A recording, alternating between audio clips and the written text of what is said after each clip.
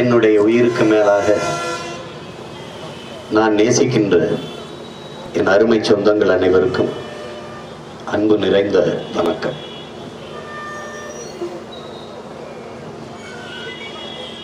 அரசியல் என்பது முழுக்க முழுக்க மக்களுக்கான சேவைதான் என்கிறார் பெருந்தலைவர் காமராஜர் அவர்கள்.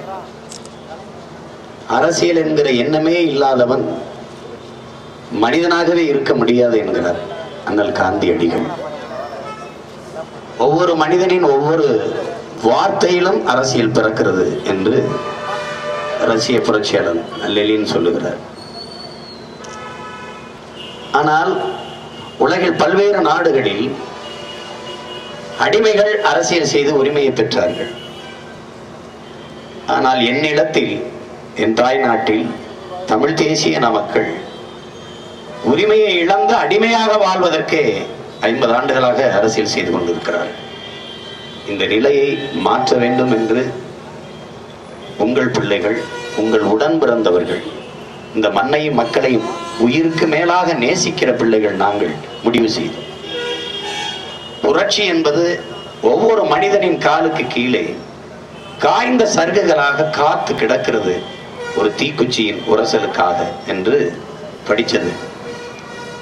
அப்படி என்னை என் காலுக்கு கீழே கிடந்த அந்த காய்ந்த சருகை பத்த வச்ச தீக்குச்சிகள் பல ஆயிரம். என் அருமை தாய்மொழி இறந்துவிடக் கூடாது என்பதற்காக இன்னுயிரை ஈந்த ஈக மறவர்கள், நடராஜன் தாளமுத்து தொடங்கி 500க்கும் மேற்பட்ட அந்த மொழிப்போர் மறவர்கள் பற்ற வைத்த நெருப்பு.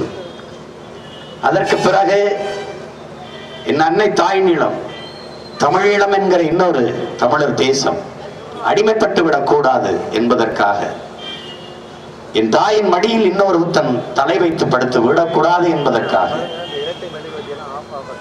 தமிழ் தேசிய இனத்திற்கென்று ஒரு தேசம் படைக்க வேண்டும் என்கிற லட்சிய கனவிற்காக தங்கள் இன்னுயிரை ஈந்த 50,000த்திற்கும் மேற்பட்ட அந்த மான மறவர்கள், அந்த மா வீரர்கள் ஒவ்வொருவரும் கொளுத்தி போட்ட நெருப்பு எனக்குள்ளே புரட்சி தீயாக.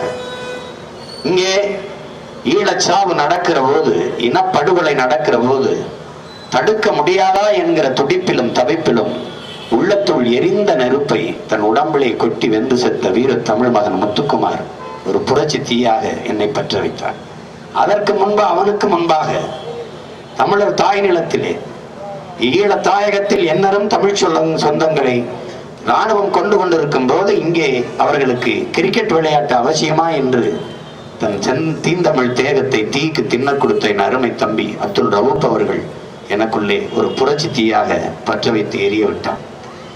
3 அண்ணன்மார்களின் உயிரை காப்பதற்காக தன் உயிரே தந்த வீர மங்கை, என் அன்பு தங்கை செங்கொடி அவர்கள் ஒரு அணையா பெருந்தியாக எனக்குள் எரிந்தார். இப்படி எண்ணற்ற புரட்சி நெருப்புகள், தீகள் பற்ற வைத்து எங்களை கொளுத்தி போட்டது. என் பேரன்பிற்குரிய சொந்தங்களே, என் அன்பு தம்பு தங்கைகளை, உங்களிடத்திலே ஒன்று சொல்லுவேன். ஒரு தீக்குச்சி எரியாமல் இங்கு தீவங்கள் இல்லை. யாரு தீக்குச்சி என்பதுதான் இங்கே பிரச்சனை. நான் தீக்குச்சியாக இருந்து எரிகிறேன், பற்ற வைத்து விடுங்கள். இருண்டு கிடக்கிற தமிழ் தேசிய உரிமைக்கு, விடுதலைக்கு, பன்னெடுங்காலமாக தாழ்ந்து வீழ்ந்து கிடக்கிற நமது இனத்தின் எழுச்சிக்கு ஒரு புரட்சி தீயாக எரிய உங்கள் உடன் பிறந்தவன், உங்களில் மூத்தவன், உங்களுக்கு இனிய இளையவன் இந்த களத்திலே, தேர்தல் களத்திலே, கடலூர் மண்ணிலே வந்து நிற்கிறேன். என் அண்ணன், மதிப்பிற்குரிய எங்கள் அண்ணன் செல்வமணி அவர்கள் சொன்னது போல, இந்த நாட்டை உலகத்தின் தலை சிறந்த நாடாக மாற்றி படைக்க பெருங்கனவோடு நிற்கிறோம் நாங்கள். அதற்கான செயல் வரைவை உங்கள் முன்னால் வைத்திருக்கிறோம். நாம் தமிழர் ஆட்சியின் செயல்பாட்டு வரைவு என்று. அதைத்தான் என் தம்பி ரவிமரி அவர்கள் கூட குறிப்பிட்டார்கள். உங்களிடத்திலே ஒன்றுதான், தமிழர் நிலத்தை தமிழர் ஆள வேண்டும் என்பது அந்த இனத்தின் இறையாண்மை, அந்த இனத்தின் அடிப்படை உரிமை. தமிழரை ஆளவில்லை, அடுத்தவர் ஆண்டால் அந்த தமிழன் அடிமை. அடிமையாக நாம் வாழ முடியாது. என்னை அடிமையாக வாழ் என்று சொல்ல எவனுக்கும் உரிமை கிடையாது. உயிர் உன்னதமானதுதான், நான் அறிவேன். ஆனால் அந்த உயிரினும் மேலானது எனது உரிமை, எனது விடுதலை, எனது இனத்தின் பெருமை என்ற புரட்சிகர முழக்கத்தை முன்வைத்துதான் ஈழத் தாய் நிலத்தின் விடுதலைக்கு இராணுவம் கட்டி போராட்டத்தை, அந்த புரட்சிகரமான விடுதலை போராட்டத்தை முன்னெடுத்தான் என் உயிர் தலைவன், என் அண்ணன் மேதகுவே பிரபாகரன். அவருக்கு முன்பிருந்த முழக்கங்கள் அவருக்கு முன்பிருந்த முழக்கங்கள் 1000 ஆண்டுகள் அடிமையாக வாழ்வதை விட சுதந்திரமாக சாவது மேலானது என்று வியட்நாம் விடுதலைக்கு புரட்சி செய்த ஹோசிமின் வைத்த தத்துவ முழக்கம். அதற்கு முன்பு இந்திய பெருநிலத்திலே அடித்தளத்திலே அடிமைப்படுத்தப்பட்டு கிடந்த தாழ்த்தப்பட்ட ஒடுக்கப்பட்ட மக்களின் உரிமைக்காக அறிவு ஆசானல் அம்பேத்கர் செய்த புரட்சி. 1000 ஆண்டுகள் நாம் அடிமையாக வாழ்வதை விட ஒரு நொடியேனும் சுதந்திரமாக வாழ்ந்து சாவது மேலானது என்றவர் வைத்த தத்துவம் முழக்கம். இந்த நாட்டிலே இந்திய பெருநிலத்தின் விடுதலைக்காக ராணுவம் கட்டி போராடிய புரட்சியாளன் சுபாஷ் சந்திர போஸ், என் அன்பான மக்களே கொஞ்சம் ரத்தம் தாருங்கள், நான் நிறைய சுதந்திரம் தருகிறேன் என்ற உணர்வுபூர்வமான முழக்கத்தை முன்வைத்தார்.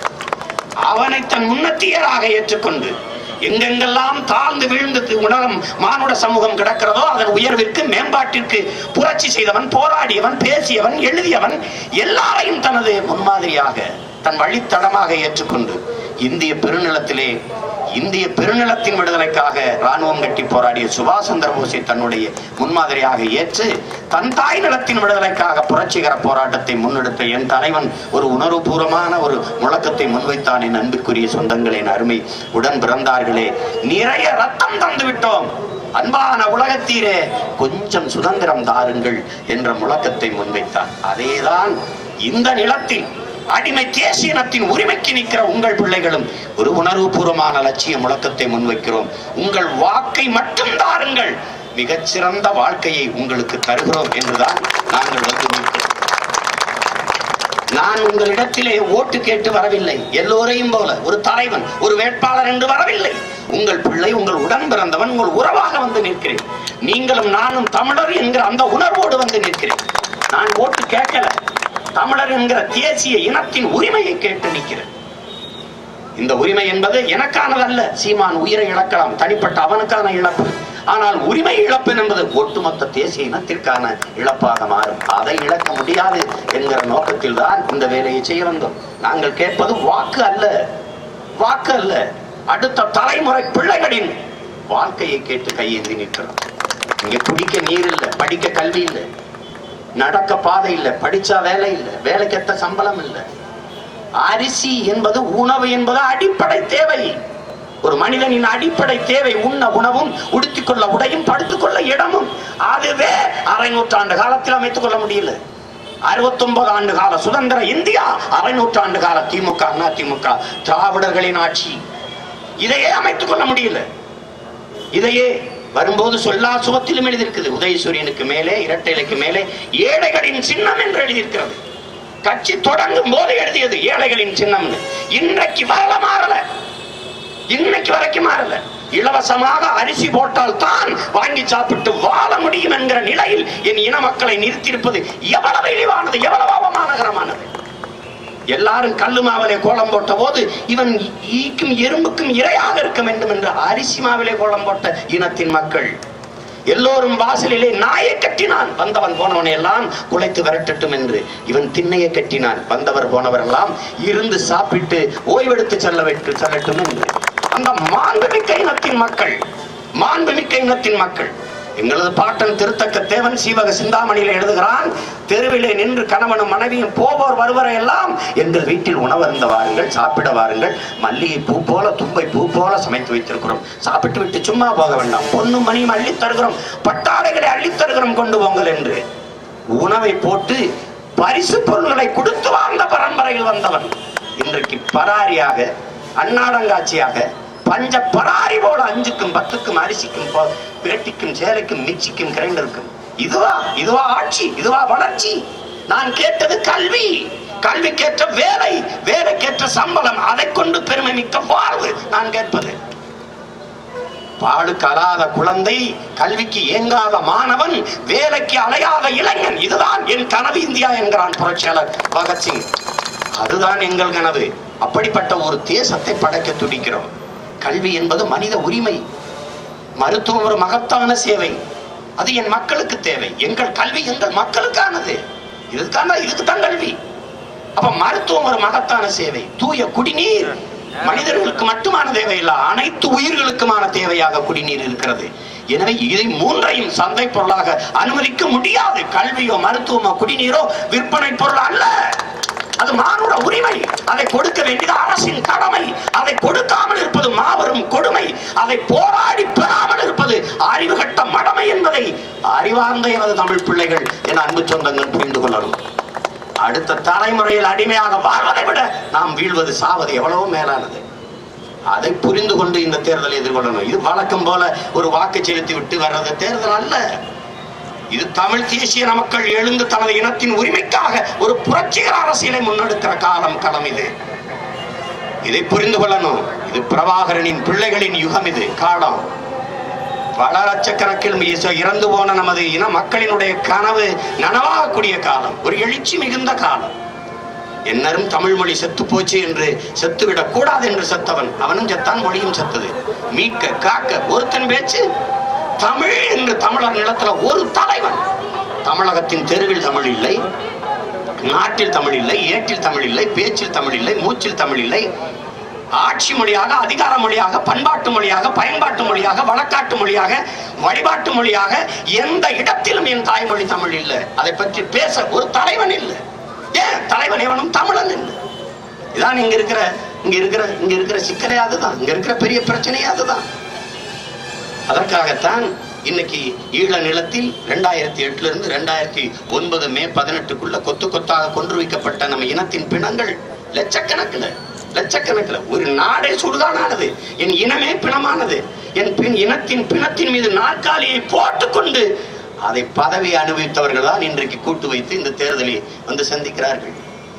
இவர்கள் சேரும் போது ஐயா கலைஞர் அவர்களும் அம்மையார் சோனியா காந்தி அந்த கட்சியும் கூட்டணி வைத்து மத்தியில 10 ஆண்டுகள் பதவி அனுபவித்துக் கொண்டிருந்தது. இனம் சாகும் போது போரை தடுக்க பதவியிலிருந்து வெளியிலே வாங்கன்ற போது வரல 9.5 ஆண்டு காலம் பதவி முடிந்து அடுத்த தேர்தலை எதிர்கொள்வது காங்கிரஸ் மேல பெரிய வெறுப்பு இருக்குதுன்னு கீழே வர்றாங்க. வரும்போது இலங்கை தமிழர்களுக்கு இது ஒன்றுமே செய்யல. அதனால இனிமேல் அந்த கூட்டணியில் தொடர்வது, ஆட்சியில் தொடர்வது தமிழ் மக்களுக்கு செய்கிற தீமையாக இருக்கும் என்று சொல்லி வெளியிலே வந்தார்கள். அந்த போது கூடா நட்பு கேடாய் முடியும் என்றார்கள். அப்போது வெளியே வந்தவர்கள் இப்போது மறுபடியும் கூடியிருக்கிறார்கள். இதை நம்ம புரிந்து கொள்ளணும். அடிப்படையில் என் மக்கள் ஒன்றை புரிந்து கொள்ளணும். எது அரசியல் என்று. கச்சத்தீவை மீட்போம் என்று தேர்தல் வரைவில் இருக்குது. ஐயா கலைஞருடைய தேர்தல் வரைவில் கச்சத்தீவை கொடுத்ததான் என்று காங்கிரஸ் கட்சி சொல்லுது. 2 பேரும் கூட்டு. யாருக்கு தமிழன் போடுவான் ஓட்டு? இதான் நமக்கு இருக்கிற பிரச்சனை. ஒருத்தர் மீட்க போராடுவாங்கிறாரு, ஒருத்தர் கொடுத்ததுதாங்கிறாரு. இதுல எந்த நிலைப்பாடு சரியானது? எவ்வளவு காலத்துக்கு எங்களை ஏமாற்றுவீங்க? ஒரு அடிப்படை அறிவு தெரிவும் அரசியல் புரிதலும் இல்லாத அடிமை இனத்தின் மக்கள் ஒரு முட்டாள் கூட்டம் என்று கருதி எங்களை எவ்வளவு காலத்துக்கு ஏமாற்றுவீங்க? உலகத்திற்கு அறிவியல், நாகரிகம், கலை, இலக்கியம், பண்பாடு, வேளாண்மை எல்லாவற்றையும் கற்றுக் கொடுத்த பேரினத்தின் மக்கள் எங்களை ஒரு பிச்சைக்கார கூட்டமா மாத்தி நிறுத்தி இந்த தேர்தலை வந்து இலவசமா செல்போன் கொடுப்பேன், ஸ்கூட்டிக்கு 50 விழுக்காடு மானியம் கொடுப்பேன், 100 யூனிட் மின்சாரம் கொடுப்பேன். லட்சம் கோடி கடன் இருக்கு மின்துறைக்கு. அதுக்கு யார் பதில் சொல்றது? இந்த 100 யூனிட் இலவசமா தடை இல்லாம மின்சாரம் கொடுங்க, பிறகு 100 யூனிட் மின்சாரம் 100 யூனிட் இலவசமா கொடுங்க. எவ்வளவு காலம்? வெறும் பசப்பான வார்த்தை. அம்மையார் ஜெயலலிதா அறிவிச்சிருக்கிற இலவசத்தை மட்டும் கொடுத்தோம்னா 15 லட்சம் கோடி தேவை. 15 லட்சம் கோடி எங்கிருந்து வரும்? எதையாவது சொல்லி இனிப்பான வார்த்தைகளை சொல்லி காதலை இனிப்பா விழ வச்சு ஆட்சியை கைப்பற்றி இருக்கிற வரை அதை வந்து ஆட்சியை அனுபவிச்சுட்டு போறது. அதை பத்தி எதை பற்றியும் கவலை இல்லை. ஒரு தொலைநோக்கா, ஒரு திட்டம், ஒரு வரைவு ஏதாவது உண்டா? தொலைநோக்கா நீங்க நினைச்சு பாருங்க. 950 மில்லிமீட்டர் ஆண்டு ஒன்றுக்கு நமக்கு மழை பெய்யுது. கர்நாடகால 722 மில்லிமீட்டர் தான் மழை பெய்யுது. அவன்கிட்ட தண்ணி கேட்டு நம்ம நிக்கிறோம். இது மாதிரி ஒரு மாநகட்டத்தில் இருக்க 4000 டிஎம்சி ஆண்டு ஒன்றுக்கு 1100 டிஎம்சி தான் பயன்படுத்துறோம். இது 2500 கடல்ல விடுறோம். இந்த 2500 டிஎம்சி தண்ணீரை சேமிக்கிறதுக்கு இந்த 50 ஆண்டுகள்ல என்ன திட்டம் இருந்திருந்தா எதுக்கு காவிரி நதி நீர் பிரச்சனை, முல்லை பெரியாற்று பிரச்சனை இதுவரை செய்யல. இன்னைக்கு தேர்தல் அறிக்கையில 10,000 கோடி செலவழிச்சு நான் தூர்வாருவேன் ஏரிகளைன்னா 10,000 கோடி செலவழிச்சு தூர்வார அளவுக்கு என் ஏரியா தூத்து போட்டது யாருன்னு ஒருத்தன் கேட்கல. நான் ஒருத்தன் தான் கேட்கிறேன். இங்க வாங்க, 10,000 கோடியை செலவழிச்சு தூர்வாருகிற அளவிற்கு என் ஏரியா தூத்து போட்டது யாரு? இப்ப கூட 10,000 கோடியே வருவீங்களா? இல்ல ஏரியில தூர வருவீங்களா? எப்படி நம்புறது? ஒரு கேள்வியை பாருங்க. ஒரு கேள்வியை, விவசாயிகள் கடனை தள்ளுபடி செய்வேன். உலகத்துல இது மாதிரி ஒரு கொடுமை கிடையாது. என் விவசாயியை கடனாளி ஆக்கியது யார்? போன தடவை தள்ளுபடி பண்ணியல, மறுபடியும் கடனாளியா ஏன் ஆனா? ஒரு தேசத்தில் யாரு வேண்டுமானாலும் கடனாளியாக இருக்கலாம். விவசாயி இருக்கக்கூடாது. இருந்தால் அது நாடு அல்ல, சுடுகாடு. ஒரு நாடு, ஒரு விவசாயி கடனாளி ஆகிறான்னா அந்த நாடு பிச்சைக்கார நாடா மாறிடுச்சுன்னு அர்த்தம். ஒரு விவசாயி தற்கொலை பண்ணி சாகிறான்னா அந்த நாட்டின் மக்கள் சோறில்லாம சாக போகிறார்கள் என்பதற்கான எச்சரிக்கை என்று அர்த்தம். இதுதான், இதை புரிந்து கொள்வதுதான் அரசியல் இருக்குது. கல்விக்கடன் மாணவர்களின் கல்விக்கடனை உடனடியாக தள்ளுபடி செய்யும். கடன் வாங்கி நான் கல்வியை கற்கிற நிலையில் வைத்தது இது ஒரு ஆட்சியா? அறிவு வியாபாரம் ஆகலாமா? கல்வியை கொடுக்க வேண்டியது அரசின் கடமை. எனக்கு கல்வி கொடுக்க அரசு காசு எடுத்துக்கிச்சா இல்லையா? இல்லைன்னு கை வருத்துமா? வெள்ளை அறிக்கை கொடுக்குமா? எடுத்திருக்கு. எனக்கு மருத்துவம் கொடுக்க காசு எடுத்திருக்கு. எனக்கு தண்ணீர் கொடுக்க காசு எடுத்திருக்கு. ஆனா எடுத்துக்கொண்டு இந்த 3 அத்தியாவசிய தேவையையும் தனியார் முதலாளிகளிடம் பெரும்பணம் கொடுத்து வாங்குற நிலையில் வைத்திருப்பது எவ்வளவு பெரிய கொடுமை என்பதை அறிவார்ந்து எனது சொந்தங்கள் சிந்திச்சு பார்க்கணும். இதை மாற்றணும்னு நம்ம நினைக்கிறோம். இதை மாற்றணும். எல்லாவற்றையும் இலவசம் தருகிற இந்த அரசுகள் நமக்கு குடிநீரை விற்பதற்கு காரணம் என்ன? ஏன் தண்ணீரை இலவசமா தர முடியல? என் தவிச்ச வாய்க்கு தண்ணி தர கூட வக்கற்ற இந்த அரசுகள் ஒரு தேசத்தின் மக்களுக்கு குடிநீரை கொடுக்க முடியல. தன் நாட்டு குடிமக்களுக்கு எல்லாத்தையும் இலவசம் தர்ற என் அரசு தண்ணீரை 10 ரூபாய்க்கு விற்கிது. காரணம், தண்ணீர் மிக உயர்ந்த சந்தை பொருள். தண்ணீரை இலவசமா கொடுக்க முடியாது. கொடுத்துட்டா தனியார் முதலாளி பாதிக்கப்படுவான். தனியார் முதலாளி பாதிக்கப்பட்டா அரசுக்கு வர கமிஷன் போயிடும். இவன் வெறும் புரோக்கர்கள், தரகர்கள், முதலமைச்சர்கள் கிடையாது. இதை நீங்கள் நுட்பமா புரிந்து கொள்ளணும். இந்த நாட்டில் மின்தடை ஏற்படுது, மின் கட்டுப்பாட்டு. 4348 மெகாவாட் தான் நமக்கு பற்றாக்குறை இருக்கு. 4348. ஆனா இவன் இந்த தற்காலிக பற்றாக்குறையை போக்க பிற மாநிலங்களின் தனியார் முதலாளிகள்கிட்டையும் 5700 யூனிட் மின்சாரம் வாங்குறான். ஒப்பந்தம் எப்படி போடுறான்?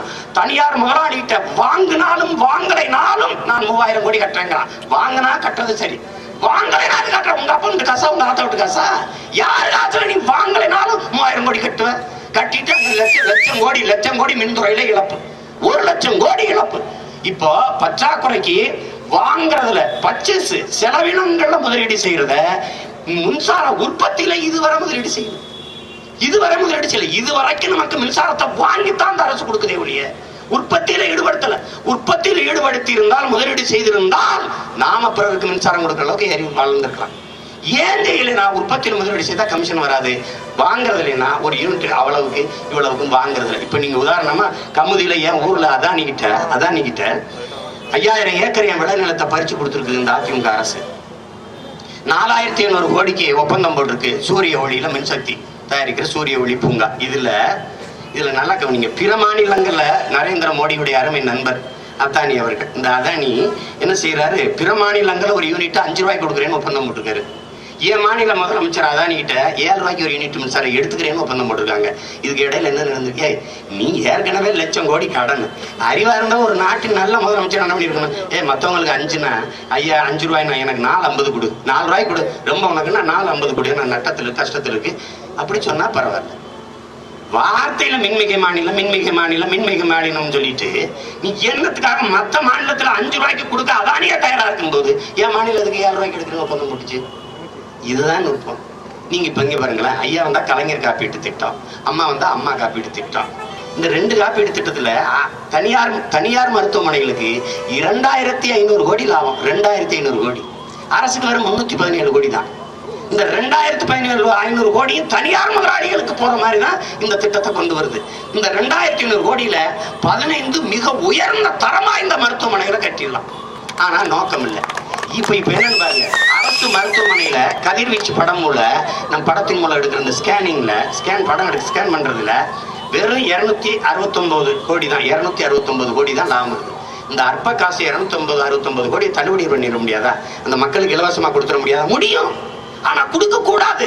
இலவசமா அரசு மருத்துவமனையில ஸ்கேன் பண்றது கொடுத்துட்டா எல்லாரும் வரிசையில் வந்து நின்றுவான். அந்த தனியார் மருத்துவமனைக்கு முதலாளி பாதிக்கப்படுவான். அவன் பாதிக்கப்பட்டா இவனுக்கு என்ன கமிஷன் போயிடும். புரோக்கர் தரகர் பெண்ணு எதை பத்தியும் கவலைப்பட மாட்டான்.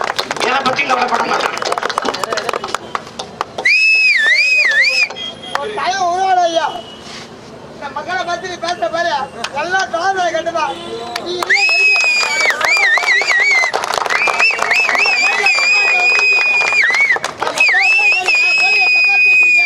₹1 சம்பாதிக்க ஒரு தலைமுறை கூட வெறும் பண்ணி சம்பாதிக்கிறேன்.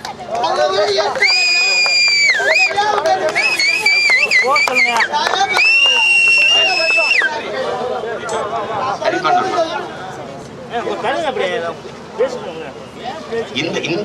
இந்த நுட்பத்தை புரிந்து கொள்வதுதான் இங்க இருக்கிற அரசியல். இப்ப நமக்கு நம்ம எந்த அளவுல வஞ்சிக்கப்பட்டிருக்கோம், ஏமாத்தப்பட்டிருக்கோம்னு நீங்க பார்க்கணும். ரெண்டு பேருமே நம்மளை எப்படி ஏமாத்திருக்காங்கன்னு பாருங்க. ரெண்டு பேருமே ஒரே தரத்துலதான் இருக்கிறாங்க. இங்க போட்டி என்பது எப்படி நடக்கணும்? யாரு நல்லா ஆட்சி கொடுத்ததுன்னு இருக்கணும். நான் வரும்போது 15 ஏரியை வெட்டினேன், நான் வரும்போது 2000 குளங்களை வெட்டினேன், அப்படின்னா நான் வரும்போது 5000 ஏரி வெட்டினேன். அது ஆக்கப்பூர்வமானது. நமக்கு ஒரு தலைவன் படிக்கல, அவன் ஆட்சிக்கு வர்றான். வர தலைவன் எனக்கு கிடைக்காத கல்வி என் தேசத்தின் பிள்ளைகளுக்கு கிடைக்கணும்னு நினைக்கிறான். அதுக்கு அவன் என்ன செய்யறான்?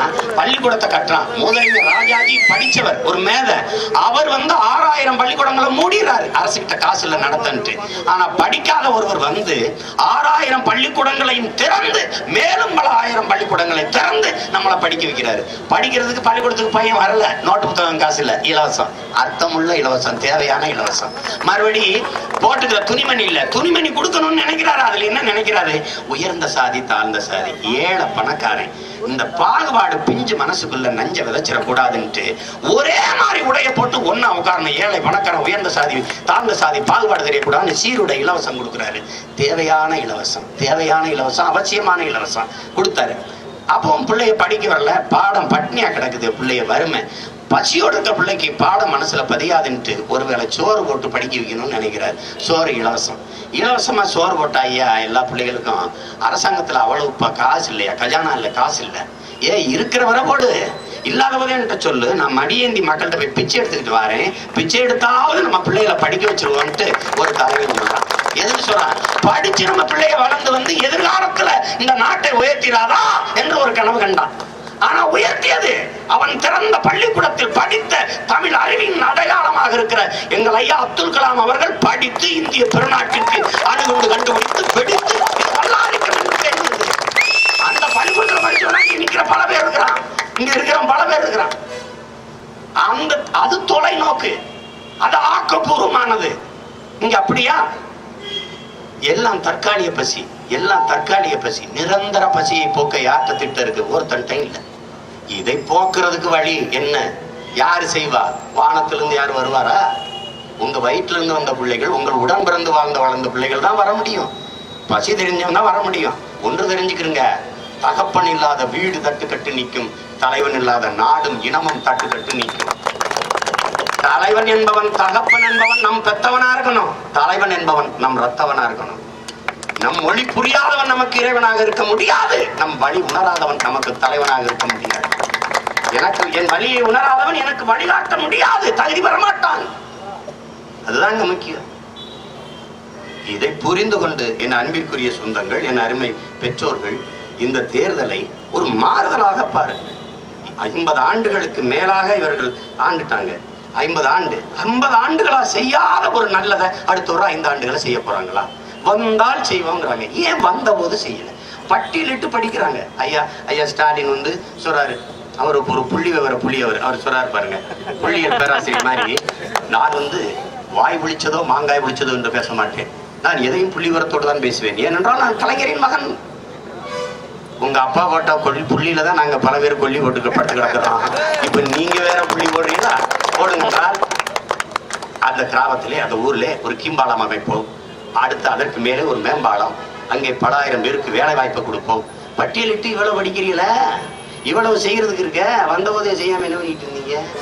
ஒன்னும் பேச்சு. நான் வந்தா சொல்றேன் கல்வி இலவசம், நான் வந்தா மருத்துவ இலவசம், தூய குடிநீர் இலவசம், லஞ்சம் ஊழலுங்கிற வார்த்தை கிடையாது, வெளிப்படையான நிர்வாகம் எல்லாம் சொல்றேன். ஒரு தூய தமிழகத்தை, புதிய தேசத்தை கட்டி அமைக்க போறேங்கிறேன். நான் சீர்திருத்தவாதி அல்ல, கட்டிய கட்டடத்துக்கு வெள்ளை அடிக்க வந்தவன் அல்ல, அந்த கட்டடத்தை இடிச்சிட்டு மறு கட்டடம் கட்ட வந்த புரட்சியாளன் நான் சொல்றேன்.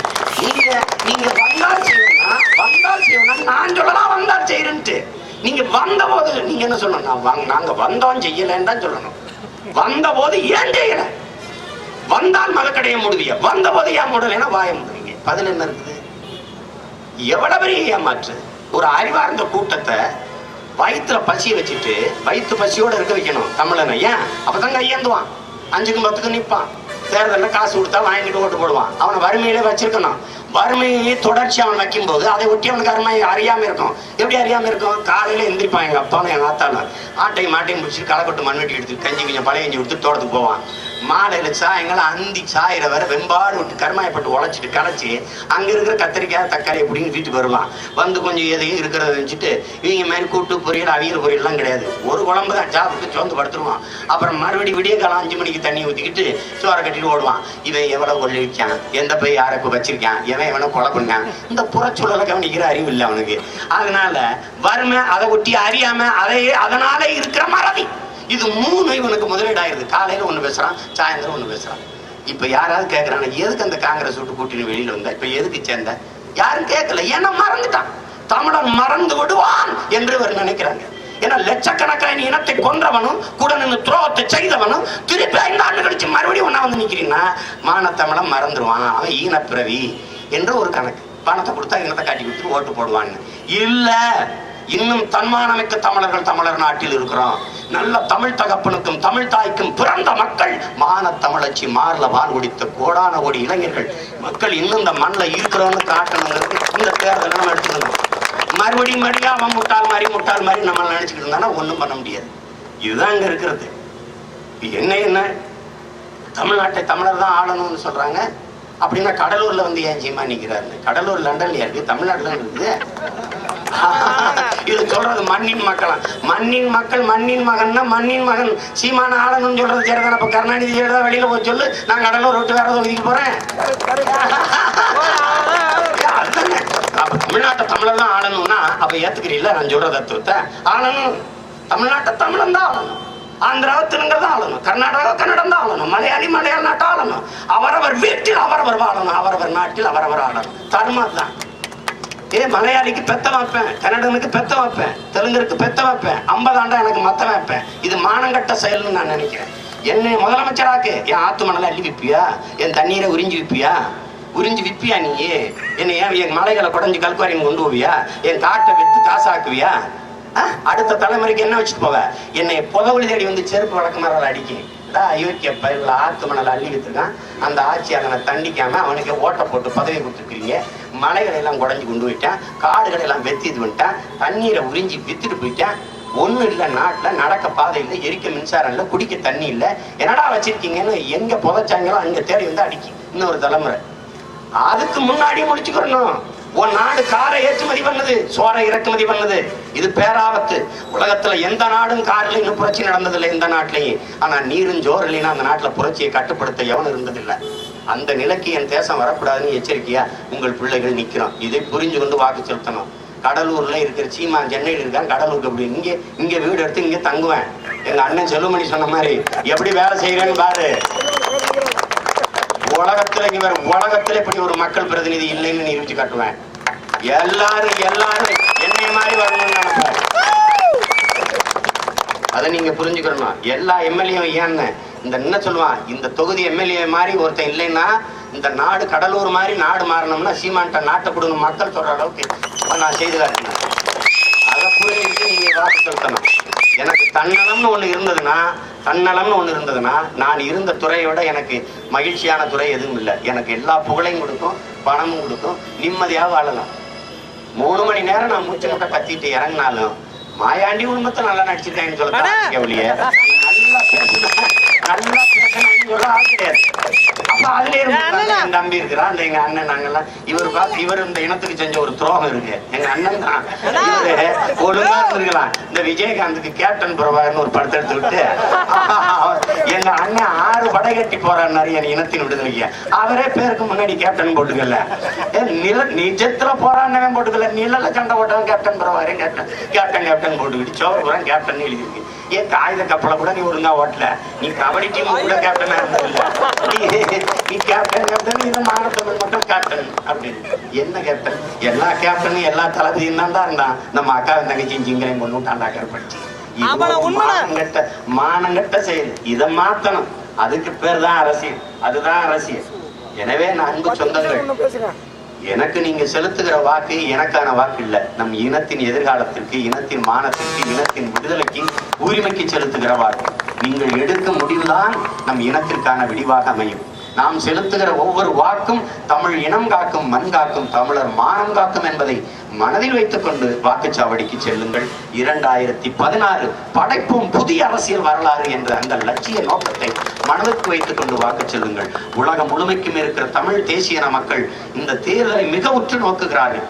தமிழர் வாழ்வது, வீழ்வது, எழுவது, மீழ்வது எது தீர்மானிக்கப்பட வேண்டுமானாலும் தமிழ்நாட்டில் இருந்தால் தீர்மானிக்கப்பட வேண்டிய தேவை இருக்கிறது. ஏனென்றால் இங்குதான் தமிழனுக்கு என்று ஒரு அரசியல் இருக்குது, அதிகாரம் இருக்கு. அந்த அதிகாரம் தமிழனுக்கான அதிகாரமாக இல்லை, அதை தமிழனுக்கான அதிகாரமாக நிறுவ வேண்டிய பொறுப்பு ஒவ்வொரு தமிழனுக்கும் இருக்கு. அதை புரிந்து கொண்ட என் அன்பிற்குரிய சொந்தங்கள், உங்கள் பிள்ளை எனக்கு வாக்கை செலுத்தி நமது இனத்தின் வெற்றியை உறுதி செய்யுங்கள். என் வெற்றி என்பது தனிப்பட்ட சீமானின் வெற்றி அல்ல. தனிப்பட்ட சீமானின் வெற்றிக்காக இருந்தால் அவன் ஏதோ ஒரு ஏற்கனவே இருக்கிற கட்சியில சேர்ந்து சீட்டை வாங்கி போய் நின்று வென்று போயிட்டே இருக்கலாம். இப்படி கஷ்டப்பட வேண்டியது இல்லை. இது ஏன்னா எனக்கு வேண்டியது என் வருமானத்தை விட இனமானம் தான் எனக்கு பெரிதுன்னு நான் நிற்கிறேன். அதை புரிந்து கொண்டு என் இனத்தின் சொந்தங்கள், என் பெற்றோர்கள், என் அன்பு தம்பி தங்கிகள், என் உயிருக்கு மேலா நான் நேசிக்கின்ற என் உடன் பிறந்தவர்கள், உங்கள் மதிப்புமிக்க வாக்கை எளிய பிள்ளை எனக்கு தந்து ஒரு வெற்றி பெற செய்து இனத்தின் வெற்றியை உறுதி செய்யுங்கள். தன்மானமிக்க தமிழர்கள், இன உணர்வு, மான உணர்வு கொண்ட தமிழர்கள் கடலூரில் நிறைந்து வாழ்கிறோம் என்பதை உலகிற்கு காட்டுங்கள். நீங்கள் இந்த அண்ணன் சொன்னது போல, செல்வமணி அவர்கள், என் அண்ணன் வினோத் அவர்கள் குறிப்பிட்டது போல, மக்கள் முன்னாடி மக்கள் மன்றத்தில் பேசிக் கொண்டிருந்த உங்கள் பிள்ளை சட்டமன்றத்தில் பேச தொடங்குகிற போது எல்லாம் சரியாகும். இதுல நான் உறுதியாக சொல்றேன். மற்ற மாதிரி மேசை தட்டிக்கிட்டு கூட கும்பிடு போடுற ஒரு ஆளு நான் கிடையாது. நான் எம்ஜிஆர், ஜெயலலிதா, கருணாநிதி பார்த்து அரசியல் செய்ய வந்தவன் இல்லை. நான் செத்தாலும் சரி என் இனம் வாழ்ந்தால் போதும் என்று நின்ற புரட்சியாளன் பிரபாகரனின் பிள்ளை நான். சமரசங்கள் செய்து கொண்டு வாழ்ற ஆளோ பிழைக்கிற ஆளோ அல்ல. இதை புரிந்து கொண்டு என் சொந்தங்கள், உங்கள் மதிப்புமிக்க வாக்கை இந்த எளிய மகன் சீமானுக்கு செலுத்தி என்னை வெற்றி பெற செய்வதன் மூலம் நம் இனத்தின் வெற்றியை உறுதி செய்ய வேண்டும். எத்தனையோ விளக்குகள் நம் வீட்டில், குத்து விளக்கு, அகல் விளக்கு, சிமிழி விளக்கு. எந்த விளக்கும் தன்னை வருத்தி கொண்டு உலகத்திற்கு வெளிச்சத்தை தருவதில்லை. மெழுகுவர்த்தி தான் தன்னையே வளைத்தி கொண்டு எரிச்சு கொண்டு அழித்து கொண்டு உலகத்திற்கு வெளிச்சத்தை தருகிறது. அப்படி இருண்டு கிடக்கிற தமிழ் தேசிய இனத்திற்கு என்னையே அழித்துக் கொண்டு வரைத்துக் கொண்டேனும் என் இனத்திற்கு வெளிச்சக்கேற்றை தருவேன் என்பதை நான் இந்த இடத்தில் உறுதி செய்கிறேன். என் அன்பிற்குரிய சொந்தங்களை, தன்னலமற்று உண்மையும் நேர்மையுமாக பணம், பதவி, புகழ் போத எதற்கும் அடிமையாகாமல் தூய உள்ளத்தோடு இந்த மண்ணுக்கு மக்களுக்குமாக நான் உழைப்பேன். இதை எனக்கு உயிர்ப்பால் ஊட்டிய என் தாயின் மீதும், அறிவிப்பால் ஊட்டிய என் தாய் தமிழின் மீதும், எல்லாவற்றுக்கும் நான் மேலாக நேசிக்கும் என் உயிர் தலைவன் என் அண்ணன் பிரபாகரன் மீதும் சத்தியம் செய்து உறுதியிட்டு நான் சொல்லுகிறேன். யாரையோ நம்பி வாக்கு செலுத்தி வாழவும் ஆழம் வைத்த அழகு பார்த்த எனது பெற்றோர்கள், என் உடன் பிறந்தவர்கள், உங்கள் பிள்ளை, உங்கள் உடன் பிறந்தவன் எனக்கு வாக்கு செலுத்தி என்னை வெல்ல வைப்பதன் மூலம் நமது இனத்தின் வெற்றியை உறுதி செய்யுங்கள். புரட்சி எப்போதும் வெல்லும், நாளை மலரும் நமது அரசு அதை சொல்லும். என் அன்பிற்குரிய சொந்தங்களே, நமது சின்னம் இரட்டை மெழுகுவர்த்தி, அது சின்னம் அல்ல, மாற்றத்திற்கான எண்ணம். புரட்சி எப்போதும் வெல்லும், நமது அரசு நாளை சொல்லும். நன்றி, வணக்கம். நாம் தமிழர், நாமே தமிழர்.